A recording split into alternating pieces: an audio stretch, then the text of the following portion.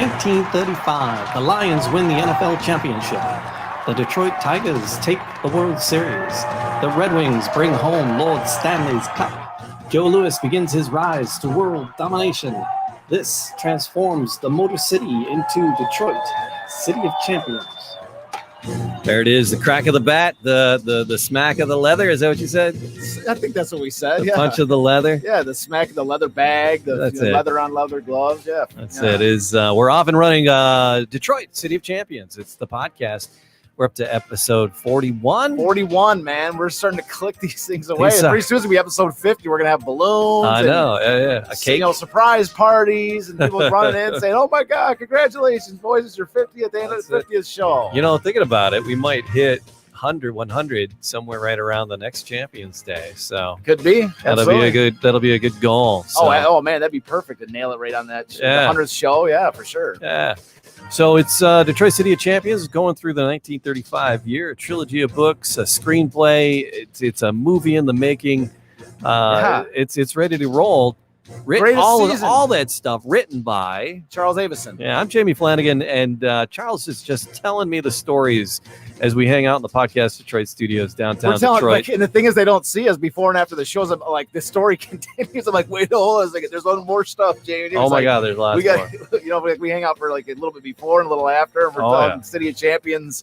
You know, before and after. It's not just like when the mic turns on. Oh my God, no! It goes and goes and goes. Yeah, and we're talking about just icon of sports and Joe Louis, iconic. Because you got to think about how many athletes are enshrined and celebrated in their city.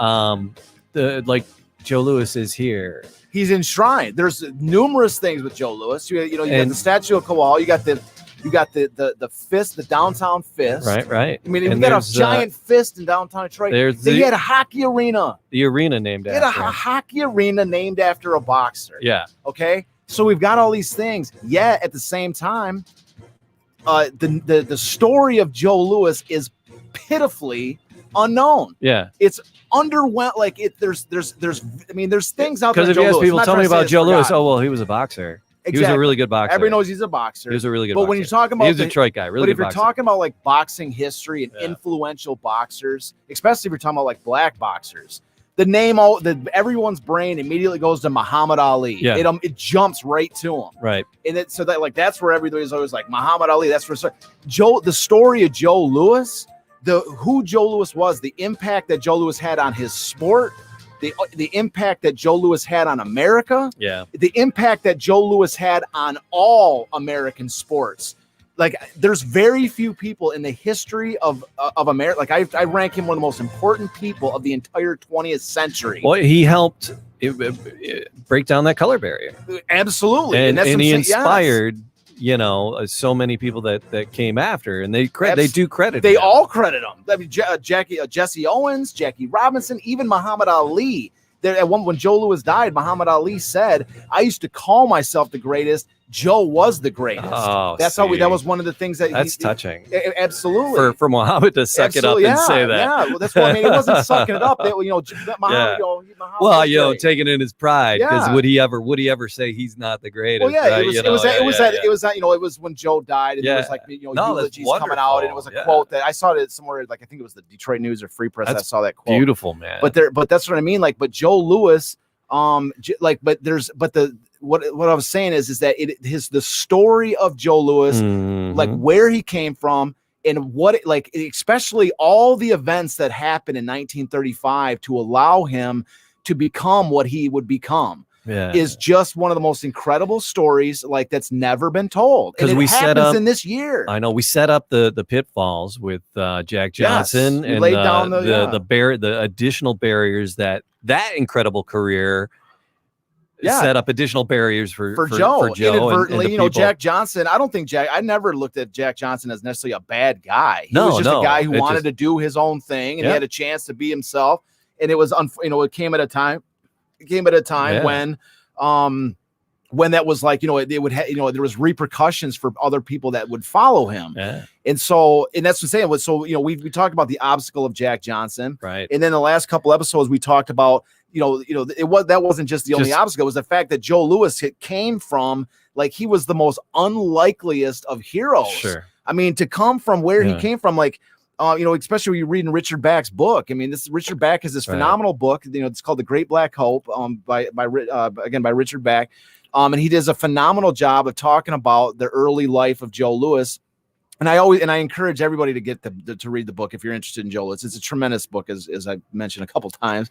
But it talks about, he paints this beautiful illustration in your mind about, Joe, when he's, growing up until about, I think it was 12 years old when he moved to Detroit. Joe is growing up in this rural Alabama, in the shadow of the Buckaloo Mountains. They're this sharecropper family. He's the seventh of 8 children. And then his mother marries a man, and then there's like 16 children in the entire household. Yeah. And then, feeding that through the Depression. Yeah. Well, yeah, they moved to Detroit for better opportunities. And then, they're moved into Black Bottom, which is a completely different environment for him. He's coming from this, again, deep South rural environment. And then he moves to Detroit, which I think it was the 7th largest city in the country at the time. Yeah. It's just everybody, there's this great, they call it the Great Migration happening, Sure. where there's millions of people pouring up, into these northern cities. And Joe's, a face amongst millions. This is a guy that has no chance. He's not good at school. Right. He is he's not necessarily a big guy when he's a kid. He's not aggressive. He's a nice, kind of quiet, shy little kid, growing up in this crazy environment of Paradise, where you got in Black Bottom, Detroit, where there's Paradise Valley. There's, these, like, he's kind of torn between this strict religious upbringing of his mother, and then the sort of temptations of Paradise Valley, which is like the entertainment district of Black Bottom, Detroit. And, he's facing this kind of pull into two directions.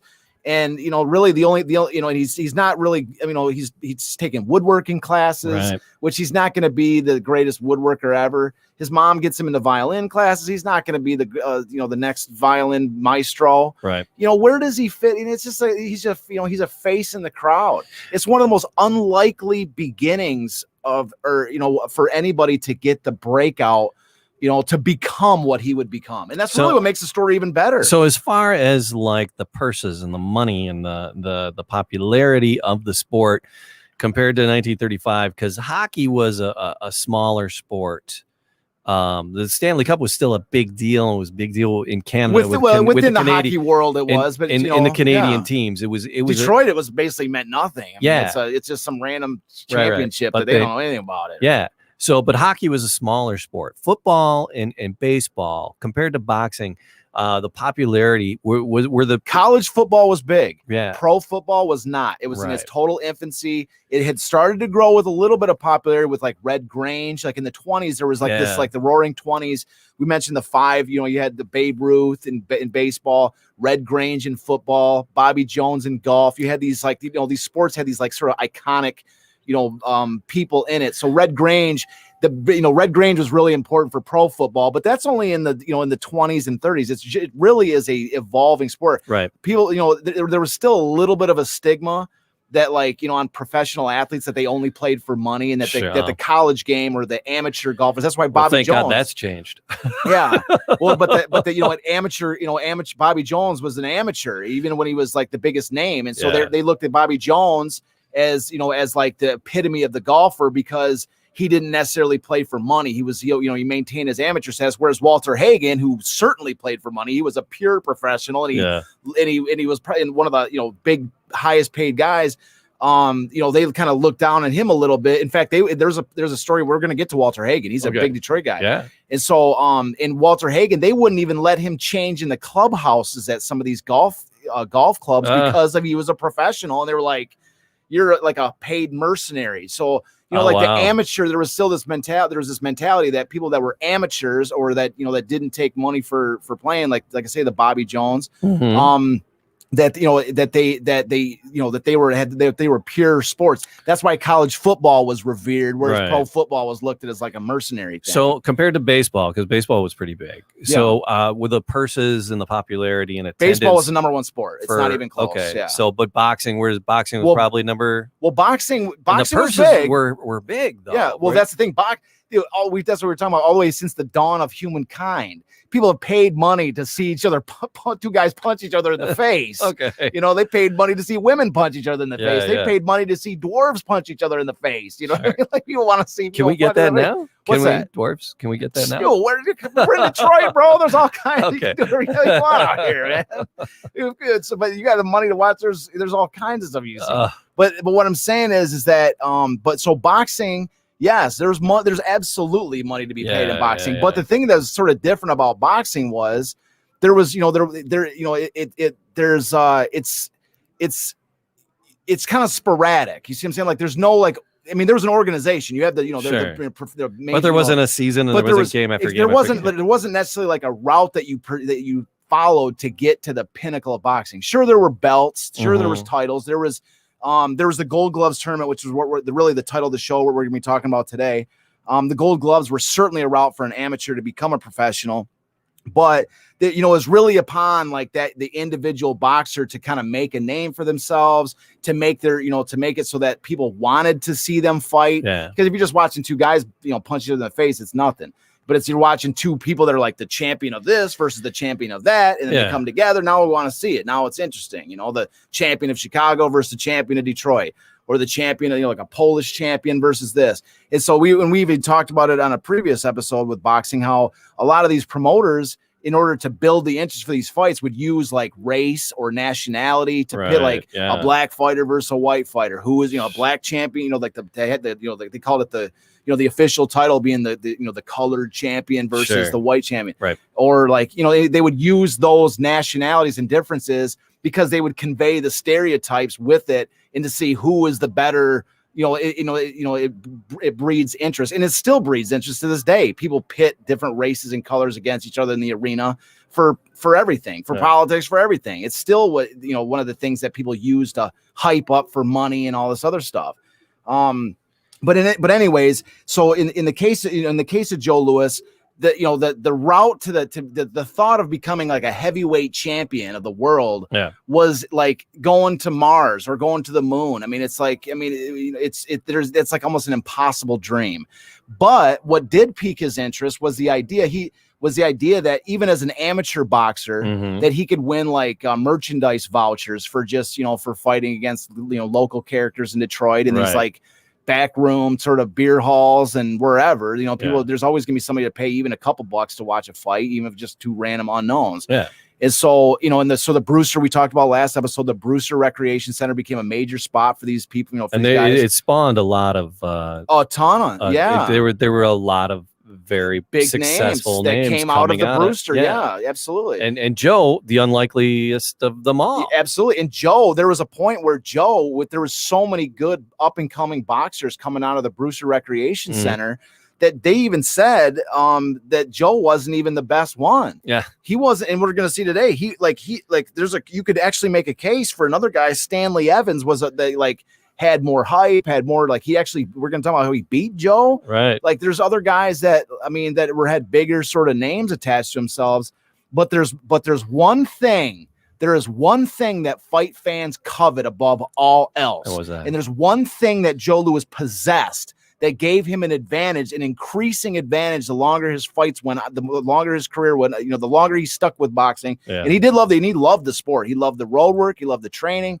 He loved the science of boxing. He found a sport that he felt that he fit into, and a place that he fit into in this group of guys that he would train with at the Brewster, that they fought each other, that they all kind of dreamed together, that they participated in amateur fights in groups together. Yeah.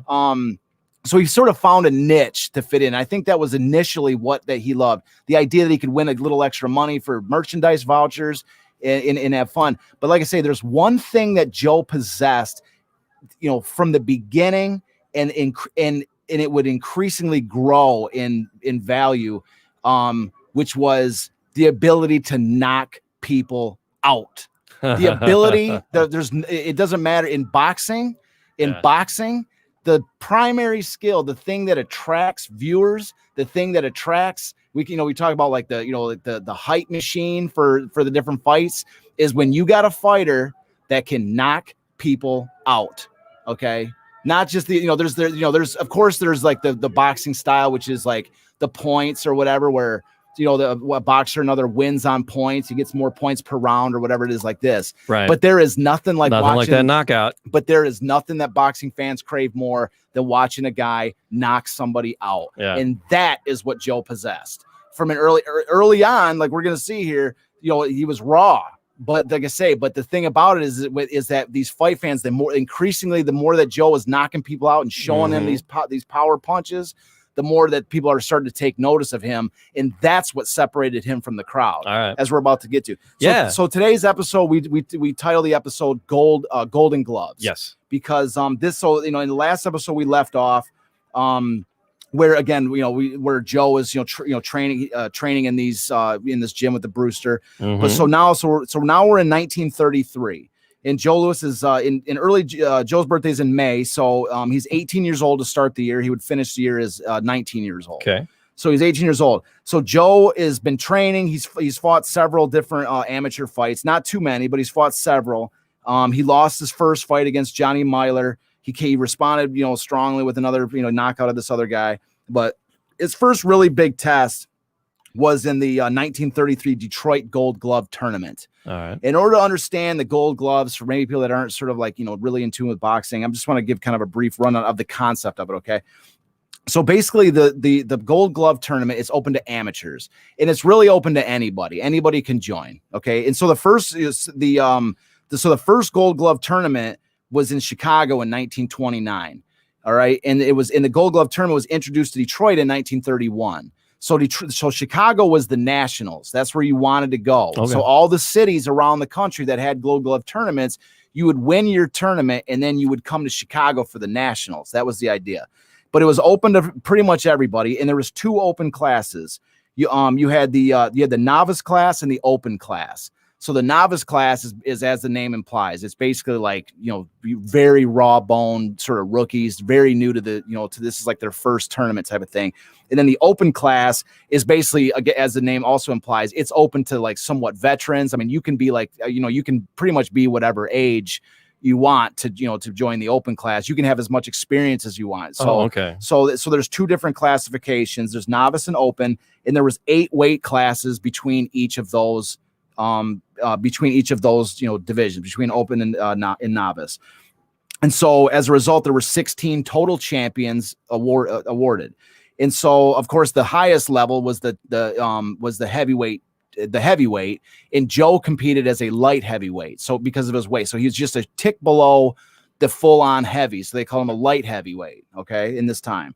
And so the way that it worked was it was open to all, and this is what was interesting. It's open to all races, black, white, any race, anybody can take part in the Gold Gloves.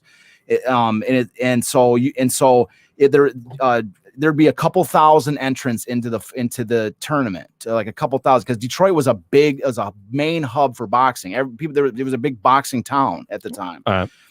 And so it would be a 6-week single elimination tournament that ran from January to February with fights at various venues across the city. So these 2,000 fighters that would sign up, turn in their slip or whatever, and they would fight. They would get, slotted to fight around the city somewhere. And so boxing fans would be all over the place watching these different fights. They'd want to go watch welterweight or lightweight. And these or are heavyweight. prelims for the exactly. Right. And and as you lost, you would get your name crossed off, and then you would advance to bigger and bigger venues until the final venue, the grand finale, was at Olympia Stadium. That was the grand finale, and all the major people would go there. Yes. So in 1933. Joe enters the Detroit Gold Gloves, and he has 6 straight knockouts to win the light heavyweight to win the light heavyweight novice class. Okay. So he was entered as a novice. This is his first tournament, and he has 6 straight knockouts to win in that class. Okay. So he advances to Chicago for the nationals. But he lost to his Brewster stablemate, a Brewster boxer named Clinton Bridges on points. Keep in mind, he didn't get knocked out. He lost on points. Okay. And then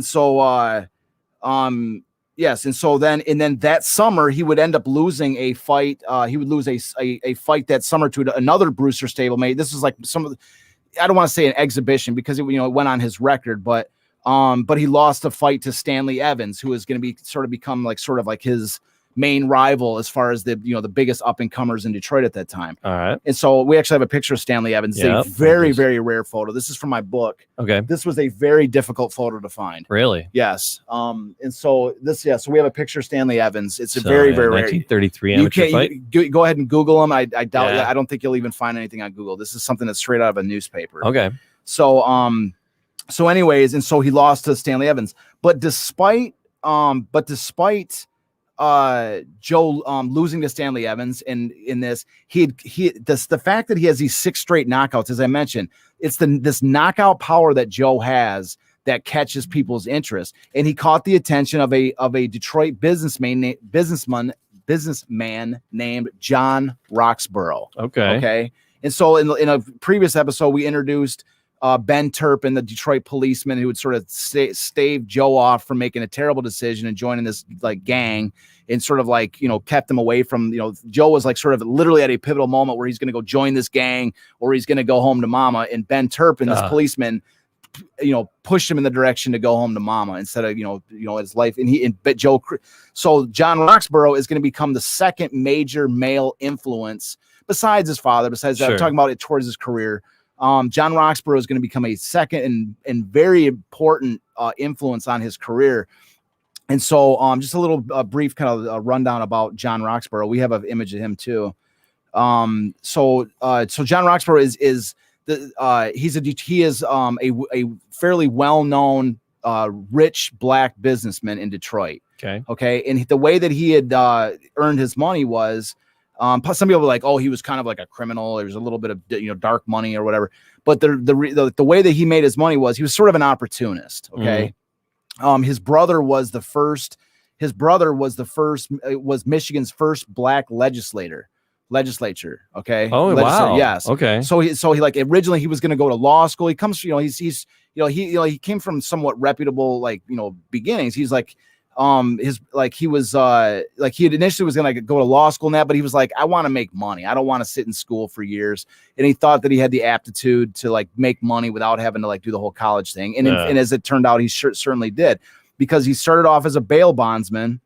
And while he's a bail bondsman, he bailed out a numbers runner from Kansas City, who taught him, who in thanks for bailing him out and getting him sort of out of the trouble that he was in at that moment, he brought John Roxborough to Kansas City and taught him the numbers racket. And it's important, we want to stop for a second and explain the numbers racket. Yeah, what is it? And the general. It's a racket. Yeah, so people here talking about the number, running numbers is a term that you hear in movies and that. But the numbers racket is basically like a lottery system. Okay, before you see how people love to play the lottery. Yeah, I mean everybody. The lottery's huge, right? Oh, yeah.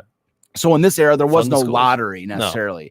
And so what it would do was you would have slips, right? You'd have slips and you would say you would give a neutral number. Are we teaching people how to run numbers?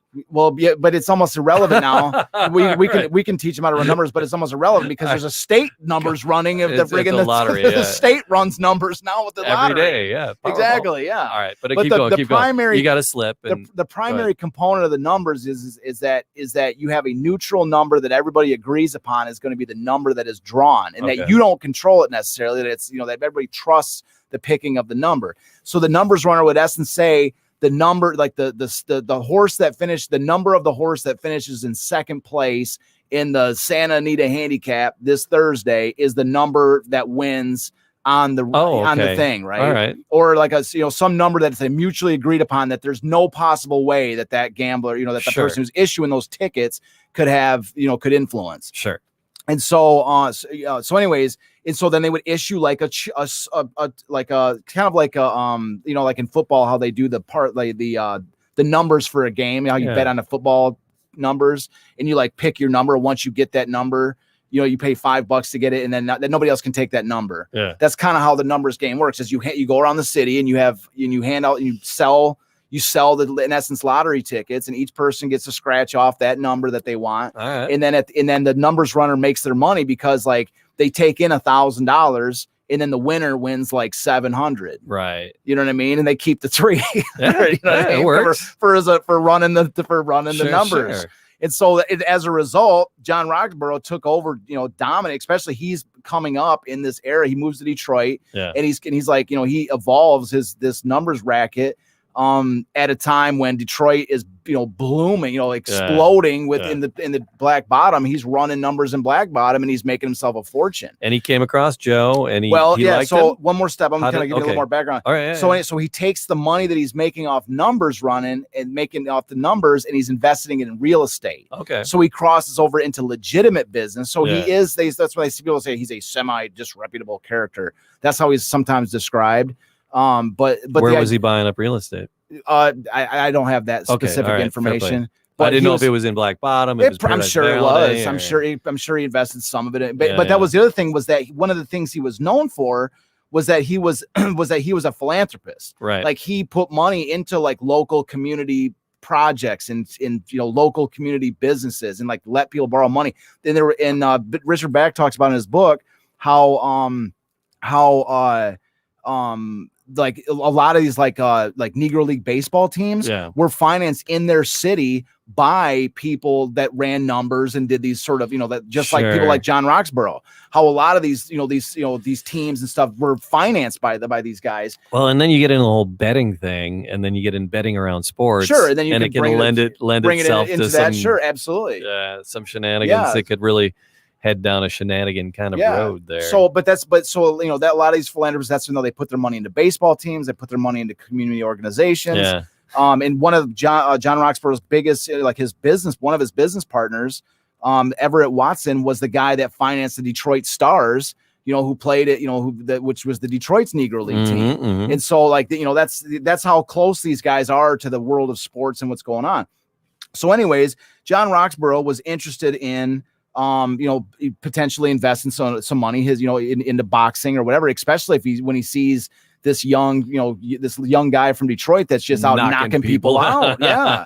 And so there's like, Stanley Evans had just beaten Joe, but by points, he didn't knock Joe out. And they're like, John Rox was like, this is a guy, he's young and this and that, but he's like, but I want the guy who's knocking people out. We can develop him, like one fight's one fight, but a guy that's this.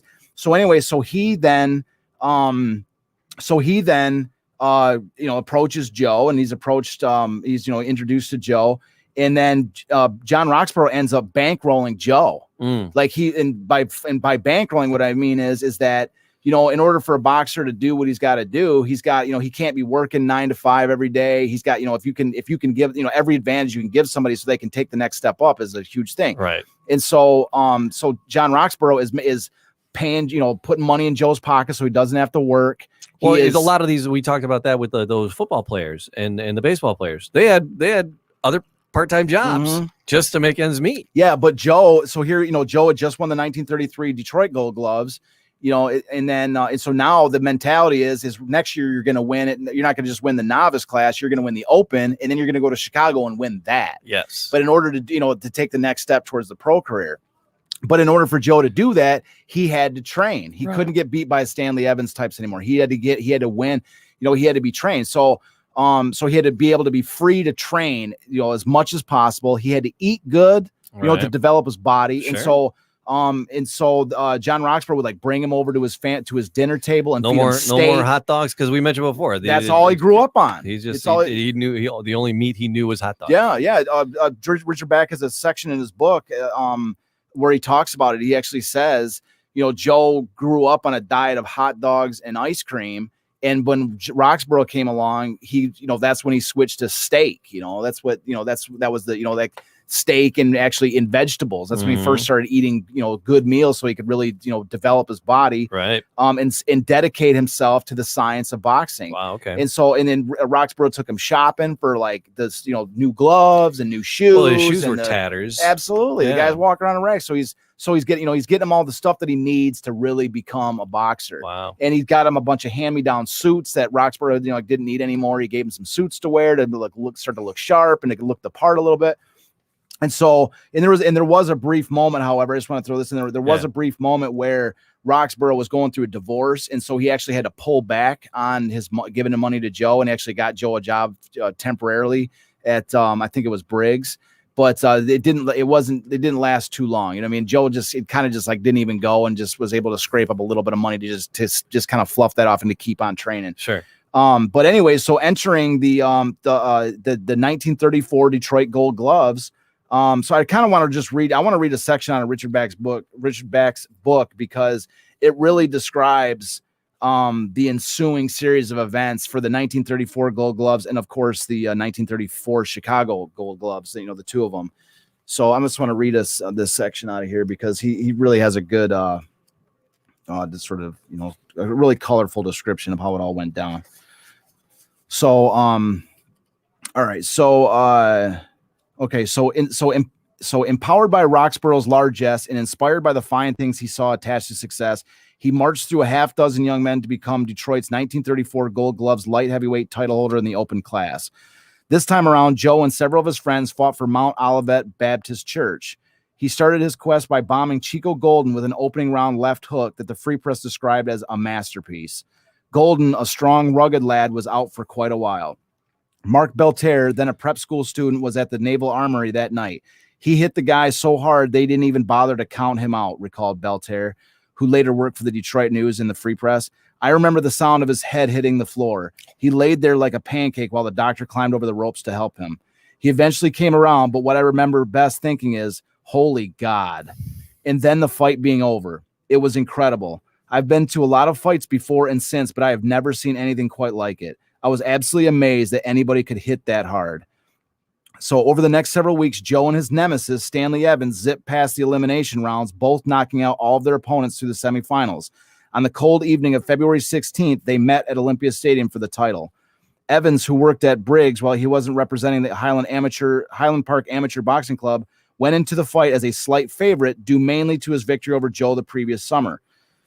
He was described as a rugged mauler who can take a punch as well as deliver one. But cool, skillful Joe prevailed, reported the next day's Free Press. Lewis got the jump on Evans. Boxing carefully, he won the first round. In the second, he landed a terrific left hook to Evans' jaw while the two were in the midst of a heated exchange. A right followed, and Evans slipped to the floor. He was up without taking a count, however, and battled gamely for the remainder of the round. In the third round, Evans, evidently realizing that he was behind, came out of his corner determined to slug it out with Joe.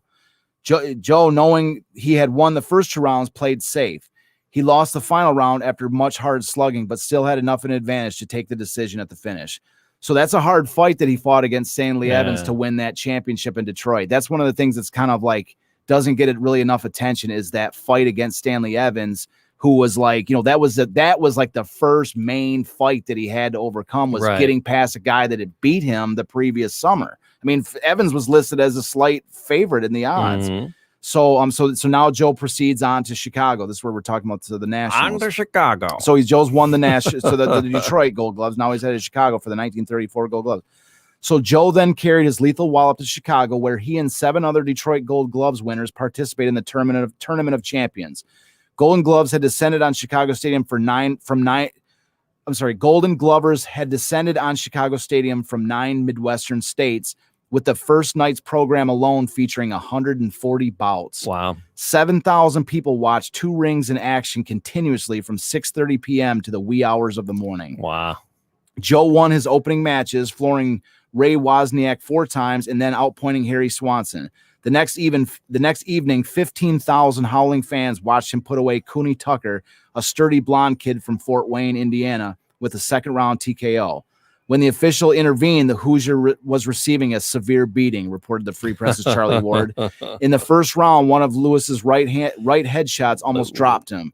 In the second, Joe rocked him several times with right crosses, left hooks, and right uppercuts. It isn't likely that he could have finished the round, and the referee performed an act of mercy in ending hostilities when he did. Joe blasted his way to the National Gold Gloves title when the tournament concluded in early March. In the semifinal match, he almost punched Ariel Soldati of Rockford, Illinois, out of the ring. He easily handled Cleveland's Joe Bauer in the title bout, winning over the crowd of nearly 22,000 with a display of skill and sportsmanship. Lewis was given a tremendous ovation as he left the ring, wrote Jack Carveth. He established himself here as the greatest amateur in the country. His clean-cut victory might have ended in a knockout had not Lewis refused to cut loose when he had his opponent on the ropes. Wow. So this was all in one night? Well, it's over the course of, I think, a couple different nights. Yeah. Okay. I was like, holy crap. He's got to do more than one fight a day? I think it lasted over the course of like a week. Okay. But the first night, there was 15,000. You know, first night was 7,000 fans, 140 bucks. So the first couple nights is where you separate all the chaff. Sure, you know, I mean, but everyone fighting in the fight was a champion from a different city. Right. Yeah. You know what I mean? So it's this, like you're pulling all this out of the Richard Bach's, the Great Black Hope. I got it. Yeah, up there it's a tremendous book. Yeah. Absolutely. And so, anyways. So what, you know, so it's just a great thing. So you see, how would Evans have done if he had beat Joe? Well, would he have been powering through like Joe was? Well, you think? I don't know, but you know, at this point, Joe was fighter? backed by John Roxborough, and Evans is going to be one of the champions that we're going to get back to him. Oh, he's one of the 35 champions. He's going to come out. He's not done with him. No, okay. Evans was a great fighter. He ended up. I mean, he just didn't have. I don't think that he had the pure knockout lethality like Joe Lewis did. Okay. You see what I'm saying? Like Joe, you know, whereas Evans, you know, this was, you know, that was one of the fights that determined which direction, which fighter was going to go on to the next level, was going to go to Chicago and win, you know, and fight in that tournament. You know, it was going to decide which guy was going to do that. And Joe was the one that took that home, you see? But there's one thing I wanted to point out there, which is essential, and I actually highlighted it before I shut the book. All right, sorry. No, it's, you know, I already read that. I already read it, but I want to emphasize something. Hit it again, yeah. All right. I want to hit it again. It's the very last sentence that I said, which is written here. His clean-cut victory might have ended in a knockout. This is the final championship bout. His clean-cut victory might have ended in a knockout had not Joe Lewis refused to cut loose when his opponent was on the ropes. Right. His opponent was helpless, and Joe didn't finish him off. He had mercy for his opponent. Sure. And as much as it's like, well, that's, Joe's a nice guy. You know, you want to beat up somebody when they're down. But as we're going to see, as this Joe's story unfolds, that is going to be something that has got to be rid out of his system because this is what makes such a tremendous, like a story for this movie is Joe was a genuinely nice guy, but what he's going to realize, what his promoters are going to realize as his story unfolds is that he cannot be a nice guy in the ring. Sure. Yeah, when he is in the ring, he is a black boxer in an era that doesn't want to give him a chance, that the referees, if there is a, you know, they at least it was felt at this time. If there's a split decision, he's not winning. There you go. That he's not going to advance his career continuously. He's not going to make it to the top. He's got to lay these guys down. He's got to lay them out. And they actually told him your fists have to be your referee. That's what he's got going against him. You know, it's, you know, and that's what that's where these issues come in. Because if you leave it to points on a scorecard, exactly, he could get the other person wins. Exactly. And so he has got to knock these guys out. Definitive. And the other thing too is he's got to put on a show. He's not a flashy guy, so his show has got to come from the lethality of his fists. And if it and what fight fans want, what they pay to see blood. They pay to see knockouts. You see what I'm saying? That's what Joe. So this is what, you know, as good as he was, that story right there. And you're gonna. This is not the first time. Sure, it's gonna happen. You know, several more times where his trainers, the more people we're gonna introduce as we go along, are gonna sit there and say, Joe, I know it sucks to knock somebody out that's in La La Land, but you got to put them down. You know, these guys, they didn't come here to watch a medically ended fight or a TKO. Yeah. They came here to watch somebody's face hit the canvas. Right. I'm laughing because I just remember in the whatever, when Mike Tyson and his fights and all the pay-per-views, right? Yeah. And it was like, you know, Mike Tyson from Las Vegas, and people pay, you know, just all this money for the pay-per-view, $200, $300 for the pay-per-view. Why'd you watch it? And then it's like 20 seconds knockouts. but the people are going, that was a great fight. It was an amazing fight. It was 20 seconds. It doesn't matter. $100. Yeah. A pay-per-view for 20 seconds. But you got to see electricity. You see what I'm saying? Like, there's, I'm just saying it's fun. It just cracks me up. But the thing is about it is, and he did. I don't know how many times he did that. It was the pay-per-view, and he's just crushed the person. Oh yeah, I grew up watching Tyson. I know. I grew up watching Tyson. And it was like sort of like another, it was like you just turn on your sports, like there's Tyson knocking another guy out. I remember I tuned into him on the radio. There was like a radio fight, and I tuned in it was him against another Michael. I remember. Yeah. And they were like Mike Tyson versus Michael such and such. And I remember listening on the radio, and it was like a minute and a half. It was over. Like, he's down, he's out, he's knocked out, 10 count, he's over. I was like, dang, man, he is a beast, All right, so we got to fill the rest of this time with something. But then the next crowd will be twice as big because there's going to be big, and then basically, because that's what they're coming to watch. Is he going to be able to? Is he going to be able to knock him out in 10 seconds again, or just knock him out in general? You know what I mean? And boxing, just like any sport, is about star power. I mean, if you have a superior baseball team like Babe Ruth, for instance, the Yankees were clobbering people back in the 30s. Man, they're blowing teams out and winning. Setting records for numbers of wins in a season. People gravitate to winners. Yeah, you know what I mean. And so your team just blew somebody out. It wasn't a competitive game, but that the dominance of your team is why you're there and why it's so awesome. Your dominance of that fighter. Yeah, and so Joe really struggled with that early on. Yes. He's a nice guy. He didn't want to hurt anybody. I'm gonna win. I don't have to. There's no reason to finish this guy. He's not even conscious. He's standing up on his feet and he's dazed. And I don't. It's. Ref's gonna end the fight for me. I don't need to land that killer knockout. I might hurt the guy. Yeah, that's his mentality. I mean, and the thing is about it, that's he's that's another. I mean, it's a negative inside the ring, but I mean, it's sort of a clue into the type of person Joe Louis was, which was that he was a genuinely nice guy. He didn't want to hurt anybody. But this is what he did for a career. It's actually kind of you're in a funny occupation for a nice guy. Nice guy, yeah. That's what I mean. Really, it is. He's like, Joe's like, well, I don't want to hurt anybody. He's like, well, you're also in a blood sport, for survival. That guy wants to murder you, So, anyways, so Joe wins this 34. So he wins the 34 Golden Gloves. Yeah, so he wins the 34, not only the local but the nationals. Right. So now like the guy said in the quote there. Joe is emerged as the number one amateur boxer in the country. And so he would there was one more little incident that sort of happened. So he would right, so he up the street lights are on, man. Which street lights? I'm kidding. I thought you're all packing up. They're all packing up. Kidding. No, the bar's so it's at this moment that you mentioned Charlie Ward as a newspaper writer there begins to call him the Brown Bomber. It's at this point that the name Brown Bomber is going to start to associate with Joe Louis. Okay. In growing intensity, the longer. Did you find the first was the first instance of that you found in print? I don't necessarily have that. I'm going again by what Richard Back says in his book. Yep. All right. And so so is that right after the Golden Gloves? Yeah, it's right at that time. Well, because how many bouts did he have to go through there? I don't have that. I don't have that information. But there's it's a ton. It was a series of fights. Yeah, it's a scrum. I think Richard Back said 8. There was, what did he that sounds like 6, a week's worth of work. I think there was like 6 different guys he had to fight that he had to get through. I think that's what he said in that quote. So anyways, so he moved on. So the next thing, there was a national AAU championship in St. Louis.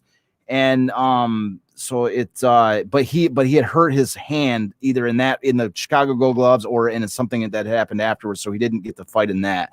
But then there was an international championship in Chicago where they brought over these fighters from across the world to face him. That Joe would become the international boxing champion. Okay. And it was supposed, as Richard Back says in his book, it was supposed to be the capstone of what Joe Louis had done at this point.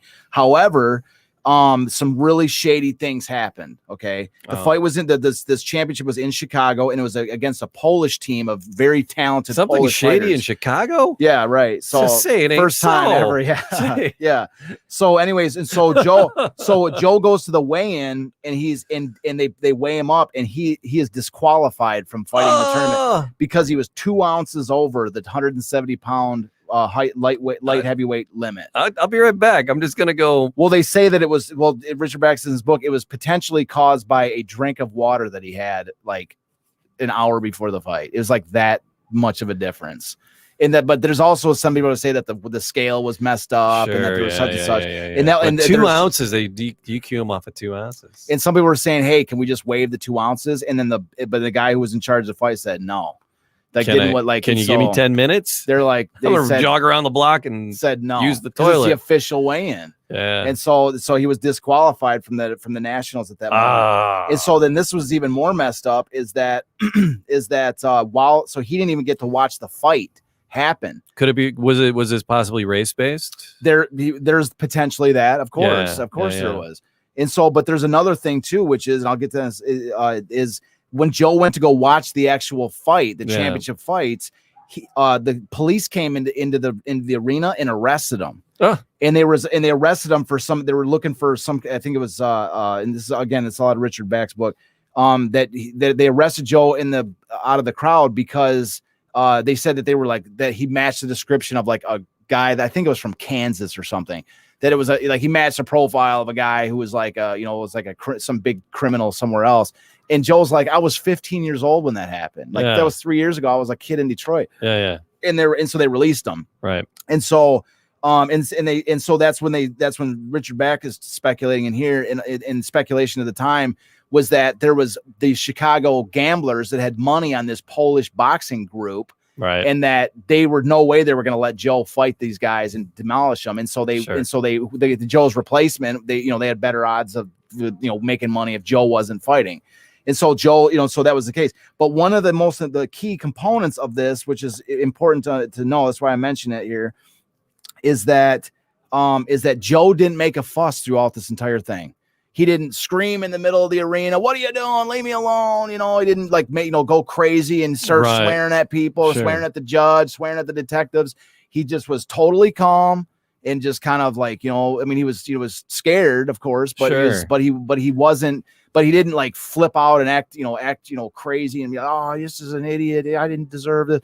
He just went with the flow, went with the sort of system, got released and came back. And so that reveals another sort of component of something that's going to come into play with him, with his character, which is that he was not this flamboyant, crazy, he wasn't volatile. No, he wasn't perfect word. He was not volatile. He wasn't going to, he's not going to cause any kind of disturbance. And that, again, that probably played in his favor when we're talking about the Jack Johnson concept. Yeah. Where, what do you think Jack Johnson would have been saying? Oh, yeah. He would have been losing his friggin' mind. Yeah. And so that's what I'm saying. I'll fight you. I'll fight these 10 him cops. All. He might have been punching him in the arena before he got arrested. Who knows? But what I'm saying is, once again, these are, this is an attribute that, that you can sort of glean, these type of attributes from, these moments.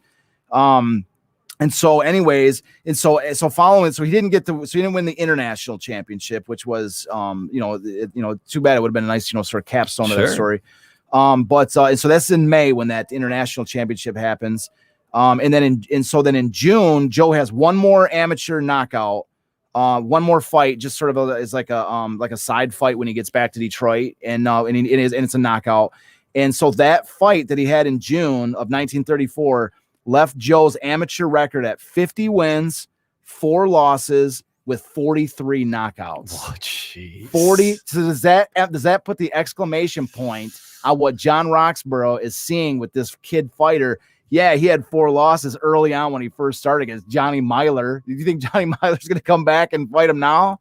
You know what I mean? Like 50 wins, 43 of those are knockouts. Somebody cue the LL Cool J. Yeah, this is Mama said knock you out. Yeah. Well, you need to have that on screen so you can hit the button and hit it in, right?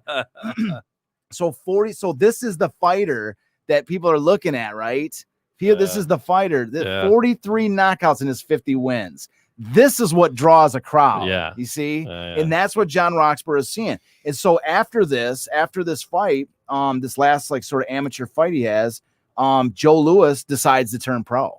Okay. And so he tells John Roxborough, and John Roxborough was like, well, hold on a second. Let's have one more year, because keep in mind, he had competed as a light heavyweight throughout the Chicago, these Gold Gloves. Sure, and Joe wants to go become a pro, a heavyweight pro. Right. And so he's like right there at the cusp. Yeah. He's 2 ounces into heavyweight. Exactly. So John Roxborough was like, well, next year, let's have one more year. Let's beef you up a little bit. Let's get some muscle on you. And next year, you're going to go through the Detroit, Chicago, and then the international at the full heavyweight. Right. And you're going to win all that. And then you're going to you can get any fight you want. But Joe wanted to go pro? He said he needed the money. It was time to go pro, and so he convinced John Roxborough. Him and his 16 siblings. Yeah, exactly. He needs money, and so Yeah. he says, "I want to go pro now." Sure. And so with that, he convinced John Roxborough, but John Roxborough is in absolutely no position to to train Joe and to do the next level to go pro is going to require some people that have some serious. That have some experience with the fight game. Sure. Right. They need a real trainer, a professional trainer. He needs a professional manager, somebody that really knows some of these ins and outs of this fight game and knows how to deal with the contracts and deal with booking fights and stuff like that. Yeah. That's what we're going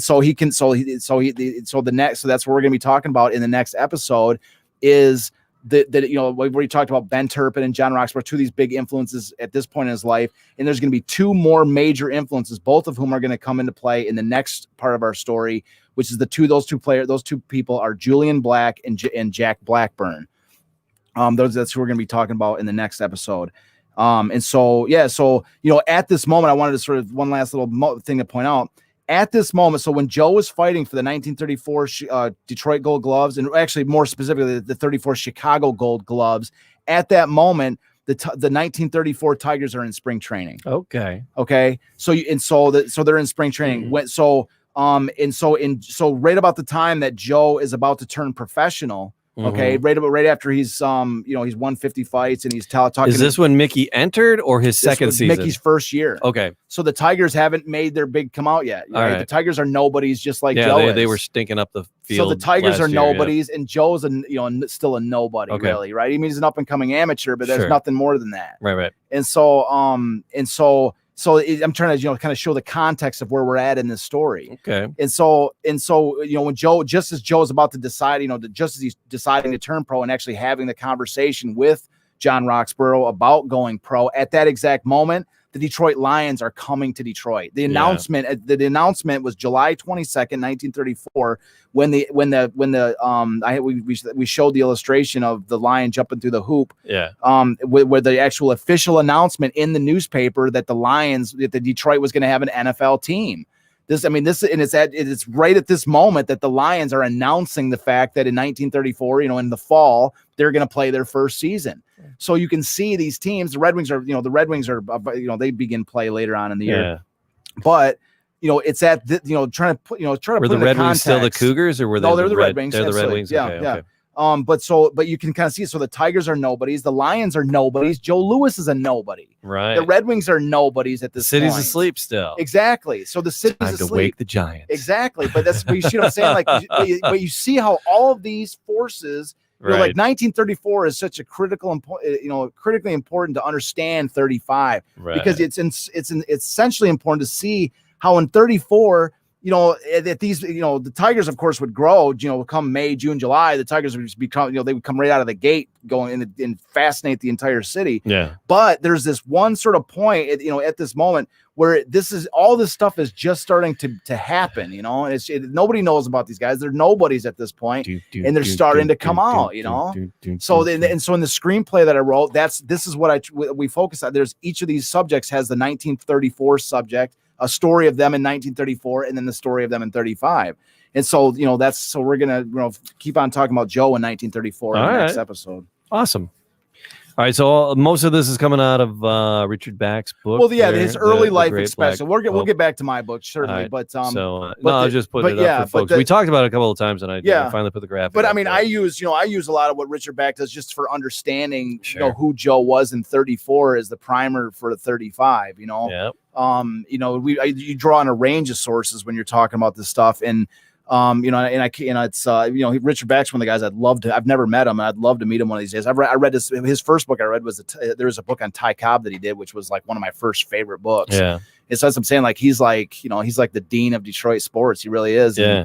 And, the Joe Louis book is just sensational. And, if you can't wait to hear what happens in the next episode, go out and get Richard Bach's book. Richard's got you covered. Yeah, Richard, I mean, my book. I talk about the 34. We're starting to get into my territory with the book too. Yeah. Where I start to really pick up in 34. I mean, I kind of glaze over some of the early stuff that we talk about there with the Chicago tournaments and stuff like this. Mm-hmm. But he does a nice little, fuller detail. And that's why I like that we can do this hitting stuff that you had to omit from your book. Just, I mean, you I mentioned you only have the so book. many, you only have so many column inches. Yeah, because there's because my main focus was 30. I mean, I did talk about 34, but it's specifically 35. But I did do the primer for each year in 34 and kind of a quick rundown. And so, I mentioned in my book about the Chicago Gold Gloves, the foundation and Jack Johnson and everything we had to lay in for that. Yeah, but the details that he puts in this, that we can draw on these different range of sources and really take our time with this stuff and actually explore. I'm loving this, man. I am too. Yes, for sure. We actually get to do an entire show on the Gold Glove tournaments, which is super cool. And by the way, when you want, one of the things that was cool about the Gold Gloves, they used to draw people into wanting to participate was the fact you actually won a little Gold Glove pin to wear on your shirt. Nice. So imagine you're walking around Detroit in the 30s and you got a Gold Glove pin on your shirt. Yeah. You're like you're like the coolest kid on the block, man, So earlier today, running another podcast, and there was a former Detroit Piston here, Rob Griffiths. He did a very short Piston career. Nice guy, though. And he was like, so hey, what else do you do? And I was telling him about this podcast, about the City of Champions. And he was like getting excited about the story. He's like, can I come and hang out sometime? I'm like, oh yeah, Rob, you absolutely sit down. He's got great pipes too. The guy's got a great voice. I just want him to come in and talk. Yeah, tell him to come He's in. funny too. We're telling stories about all this stuff. So it's just taking the time with the story and telling the story, and even as I just gave him that elevator pitch about it, and he got excited about it. So I'm glad that everybody's hanging out, getting excited about the story with us. We appreciate you. So subscribe, leave a comment, collect. Share this basket. Take it. If you're still, if you're listening to us right now, do us at this exact moment. I've been finding myself on YouTube in this. When the actual broadcaster says, take this moment right now and hit the thumbs up or the share button, like right now. Please do it that. Right now. Don't wait for us to do it right now. Do it now. Subscribe wherever fine podcasts are sold. If you're not subscribed to it as a podcast, you can subscribe to it. Subscriptions are free. Not just the first one. We're not crack dealers. Nope. They're all free. But they're all free, but we're gonna try to hook you with those first ones, just like drugs. No paywall. No paywall. It's all free. It's all for you. Because this story belongs to the city, and I want to give it back to the city. We want to give it back, and we want to bring it back in a big way. Yep. So I mean, and the thing is that at the very least, we get to hang out for the week and talk about the stories. Yeah, and it doesn't. And we said it before, the story doesn't, just because I got the books on it or whatever, and we're doing a show, this story doesn't belong to either one of us. It doesn't belong to me. It belongs to all of us. Yeah. And it's a story that what other story that has been forgotten or, deserves its place in the pantheon of heroes and achievements of this city that has gone, that has gotten less attention and deserves more. The differential between the attention it's gotten and the attention that it deserves is so out of whack that it's going to take a collective group of people to make this happen. And it's like, like I say, so anything you can do to share, whatever, if you know somebody that's interested, if you know somebody that's got ideas or connections or anything that can make this thing happen and help us take this thing to the next level, hook us up, man. Sure. Share it. Share it. Share it with people you like. Share it with people you hate. Just share it. All right. Till next time, we'll do it again. Put them up. Yeah, you got it. What's that from? What's that from? Wizard of Oz. Oh, that's right. It is. Cowardly Lion. Cowardly Lion. That's right. Put them up. Yeah. All right. See you guys next time.